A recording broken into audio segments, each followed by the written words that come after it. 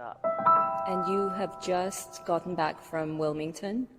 Yes. Where you were working on live painting. So we had a week of live painting of an artwork that had been commissioned for the Chancery Market in Wilmington, Delaware. It's a historic building that the floors are rented out to different law firms, and a massive renovation has happened to create an eating area, indoor-outdoor space, community space, and it's engaged all the different organizations of Delaware, like the Delaware Horticulture Society, and different Delaware organizations that could provide the different very interesting services that the Scott Johnson wanted to create to make a unique experience for people there. And how was the live painting experience? Because I think you were doing quite a bit of collage as well. So the artwork was a collage. So the live painting was a collage on site for the week, all day, every day. And then now I've brought it to work on it in my studio now to kind of capture that initial excitement and energy. And the live paintings are wonderful because what people come by and want to share with you or how they want to engage you during your practice is refreshing and really fun.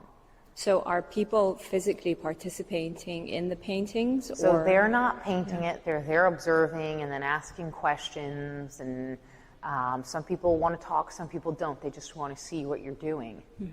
So I think it's weird to be observed, but then it's not, because it's what I would do anyway in my studio. You know, it would be like asking a baker to bake a loaf of bread in front of you. You know, because someone said, oh, that must take so much courage to be doing that in front of people. But I think a courage would mean exposing yourself to judgment.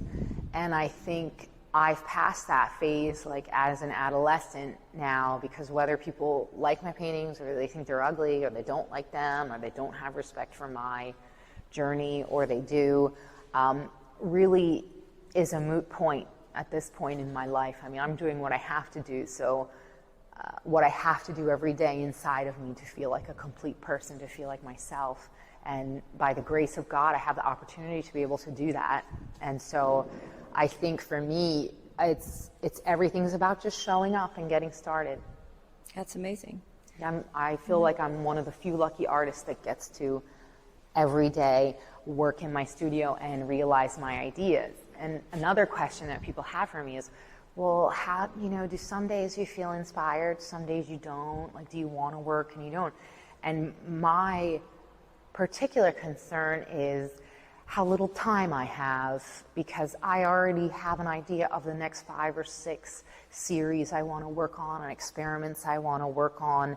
And I'm concerned that I don't have enough time to realize all the ideas in my mind.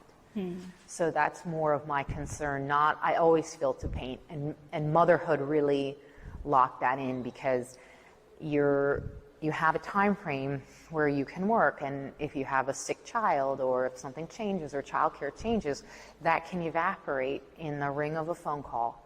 That can evaporate in a cough in the night. So when you have time in the studio, it's your go time, and it's cherished, appreciated time. So speaking of the kids, can we take a look at the fun painting that they've Sure. explored in the background? Sure. Yes. Sure. So they come and they spend time with you in the studio. So these are very serious painting pursuits. Yes. And I'll pull out another. Yes. And my son and my daughter, my son's 9, Gianmarco, and my daughter's 6, Isabella, and they make extremely beautiful paintings. And they're very committed to the process. And they actually helped me make the artwork that went to the Hercules atrium. They helped me make my collage papers.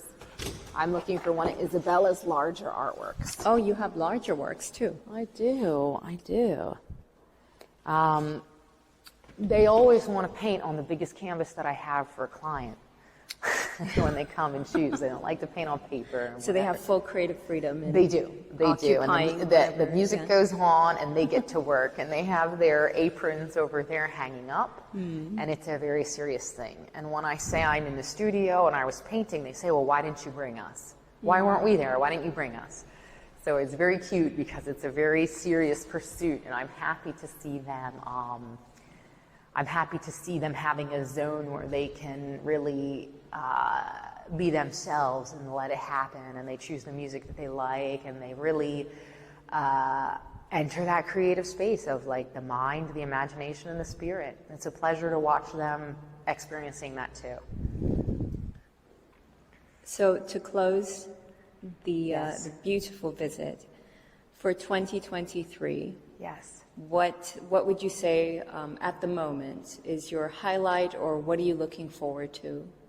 I would like to make the best painting of my life in 2023.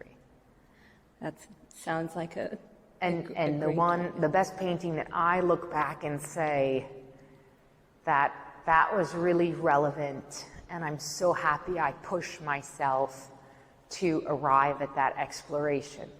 And I don't particularly mean with a money amount or a sale. And then when I show it to other artists, my community, I want them to feel like it's as relevant as I feel like it could be, if that happens for me in 2023. Well, I'm actually wondering if this is the start of that great painting. Yeah. I hope so. I don't know. This might have a little magic in it. There might be like that sprinkle of magic from the universe that just takes something from a normal person-made thing into a masterpiece. You never know. Thank you.